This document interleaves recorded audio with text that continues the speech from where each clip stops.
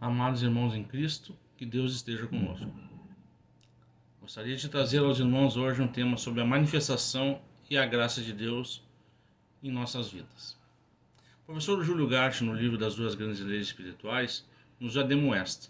Pode imaginar toda a humanidade que distância está da verdadeira doutrina de nosso Senhor Jesus Cristo, se não tem os ouvidos e os olhos espirituais que Cristo dá a si mesmo em seus obedientes, poderes, dons que desenvolve paulatinamente à medida em que encaminha o Espírito pela senda do Redentor. Os poderes de ver e ouvir espiritualmente receberão todos os homens que, sujeitando-se a Deus, fazem a sua vontade dentro dos seus mandamentos e estatutos. E o professor ainda nos alerta: quem não vê nem ouve não pode interpretar as Sagradas Escrituras, palavras de Deus. Cabe então algumas indagações. Já temos em nós essa dádiva espiritual de ver e ouvir? Por que o Senhor ainda não nos revelou toda a sua vontade? O que falta? E como podemos assim desenvolver? O professor Júlio Gart também nos ensina no capítulo as práticas da doutrina, que fazendo-as com o da devida fé, nós obteríamos a manifestação de nosso Senhor Jesus Cristo. Este é um princípio básico da doutrina de obediência a Deus. Não podemos deixar então de realizar as práticas insistentemente, pois a doutrina é conquistada através de esforços tenazes. Temos que nos renovar diariamente, pois sem renovação não haverá evolução. Também não nos deixemos levar por pensamentos enganosos, achando que nós não temos condições, pois Deus não faz acepção de pessoas e que ninguém se sinta indigno de obedecer a Deus, nos fala o Evangelho e o professor mesmo no seu livro.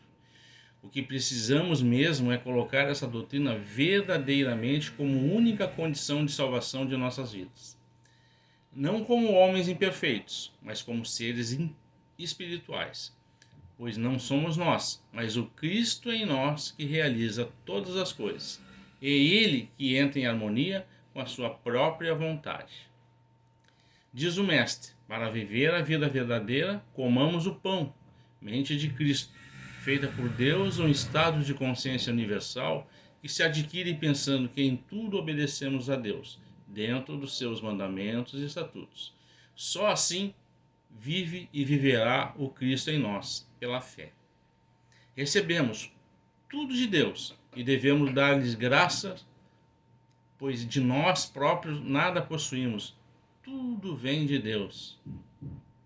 Então, não estamos recebendo essa verdade pela capacidade de assimilar, ou pela nossa cultura, ou pelos nossos méritos, mas sim pela graça, uma graça que recebemos de Deus, e por isso devemos sempre agradecer ao nosso Pai. Não nos deixemos nos enganar por pensamentos mesquinhos e lamentações, como: que me falta isso, que me falta aquilo. Atualmente aborrecidos com o isolamento social em virtude dessa pandemia, pensando assim, não nos deixa ver que a maior dádiva de Deus é a vida que Ele nos deu, para que assim pudéssemos caminhar para a salvação de nossos espíritos, pois é aqui que evoluímos, é aqui e aqui podemos crescer espiritualmente. Sejamos firmes e fortes como obedientes a Deus. No Evangelho, em Coríntios 12,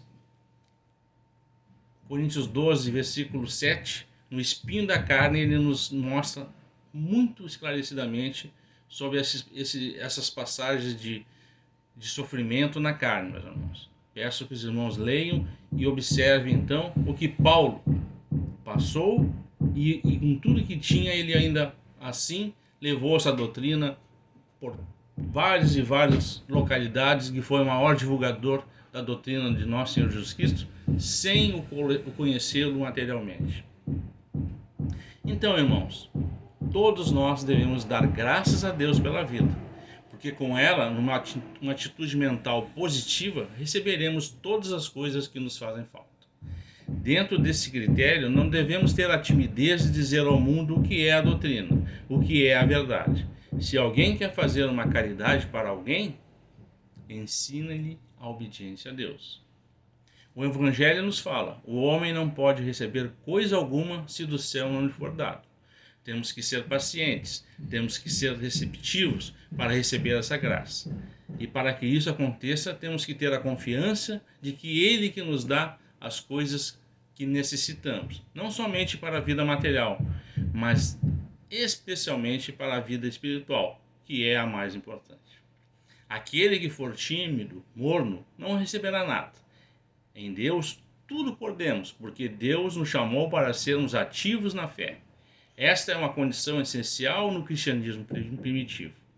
Vivamos essa obediência não segundo a nossa vontade, mas segundo a vontade de Deus, não deixando que a nossa mente inferior interfira na consciência do Cristo com as suas bagagens kármicas.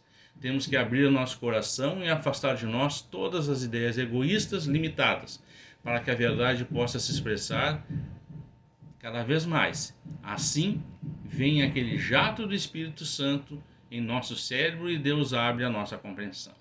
Voltando então às questões iniciais, se ainda não obtemos os dons espirituais e porque ainda não chegou, é porque ainda não chegou o nosso tempo. O que falta? Desenvolver o Cristo em nosso interno. E como? Nós temos que orar a Deus, pedir que Ele nos prepare para receber a sua manifestação, exercitar as práticas ensinadas pelo professor Ugarte. Temos que nos despedir dos critérios humanos, das nossas vaidades. Temos que nos sujeitar à vontade de Deus para que assim então o Cristo tenha a alegria de se manifestar no nosso interno. É necessário então desenvolver esse amor, essa sujeição a Deus e dizer com convicção: Senhor, eu sou teu servo. Faça-se a tua vontade, não mais a minha. Em Lucas capítulo 9, versículo 62, nos fala: aquele que põe a mão no arado, não olhe para trás. Não olhe para aquilo que ficou no mundo, dos sentidos físicos, dos prazeres, para ir em frente. Cada um é responsável por aquilo que já recebeu, na doutrina de obediência. Interessemos-nos na evolução dos demais. Temos que ser quentes e fervorosos na oração. Só assim evoluiremos na doutrina revestida do Espírito Santo. Há uma advertência muito importante que nos ensina o professor, que duas coisas não podemos fazer simultaneamente: amar o mundo e a Deus. Amar a ambos não se pode.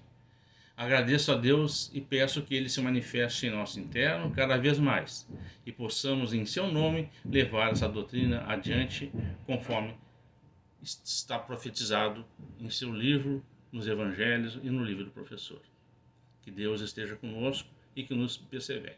Amém.